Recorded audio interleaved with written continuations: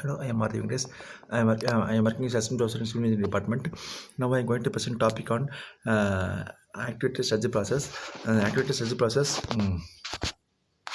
It is an important process to carry out the sewage treatment. The waste occurring from the industrial coming out from the industries.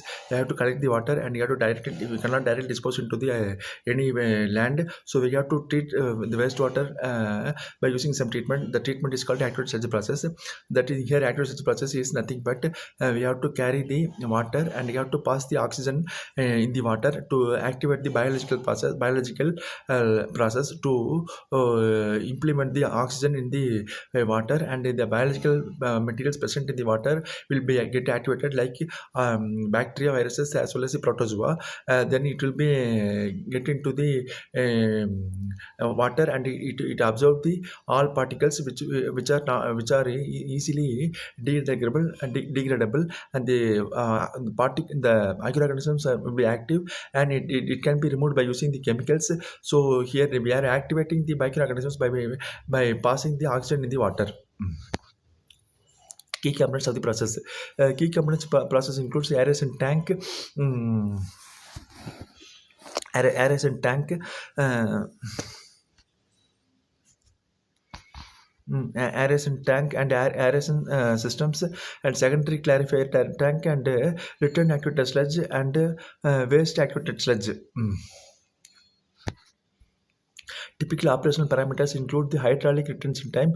It should be carried out from 1 to 3 hours, and the sludge retention time that should be carried out from 10 to 15 days, and mixed liquid suspended solids that should be carried out from the wells to get maximum treated water should be discharged into the land to prevent the soil from the microorganisms.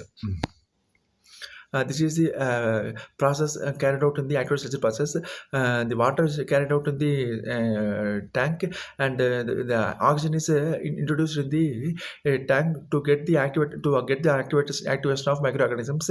Here the water is passed through the ground surface, and the air is passed to the side surface to get the microorganisms to be activated, and the microorganisms to be activated, and it should be transferred from one place to another place without affecting the atmosphere to get the water to be maximum purage, should not affect the particles present in the soils as well as in the water.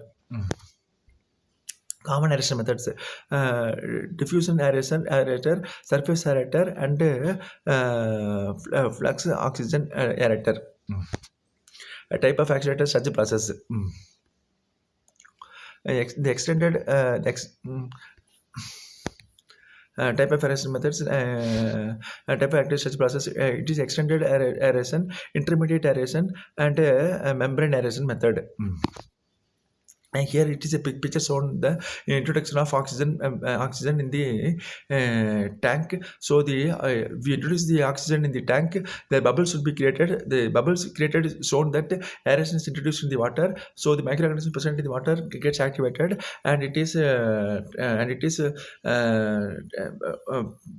flowing in the water, and movement present in the water. And if we add some chemicals, the microorganisms will disappear. If it is activated only, it will disappear. It won't activate, it means it won't disappear. So to activate the microorganisms, we are passing oxygen in the water. So to pass oxygen in the water to activate the microorganisms includes bacteria, protozoa, and fungus. Trickling filter, which it is a natural method of growing biological wastewater treatment plant system that removes organic matter BOD, and ammonium nitrogen by the passing sewage over the media like rocks and plastic or wood covered in a microbial biofilm. It is an aerobic process where bacteria, fungus, and algae in the biofilm degrade pollutants, and wastewater trickles downward. Key aspects of trickling filter. Key aspects of trickling filter. There are different aspects in the key aspects of trickling filter are draining, aeration tank, detention time, which are to be carried out in the trickling filter to maximize the oxygen level in the water to reduce the biological parameters in the water.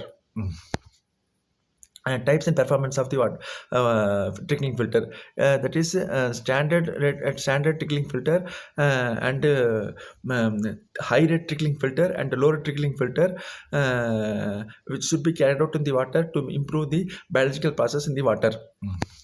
Advantages and disadvantages. Advantages, if it is activated means the low power consumption, simple operation, ability to handle the shock loads and moderate cost.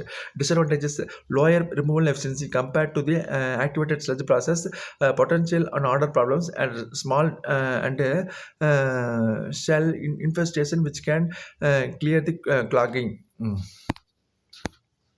Common applications. Secondary treatment, municipal wastewater treatment plants, industrial wastewater treatment plants, example load processing, small scale sanitation process of decentralized areas. So this has the various applications in the trickling filter to remove the BOD and COD present in the water.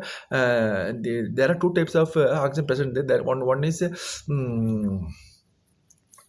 oxygen is separate from the outside of the tank, that and oxygen is separate from the already present in the tank. So that is if oxygen is present already in the water, that is called anaerobic bacteria.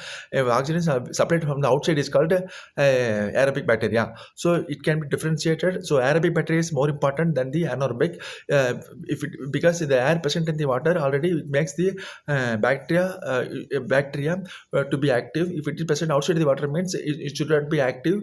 After supplying the oxygen only, it will be active. So aeration should be more important to activate the bacteria, activate the bacteria.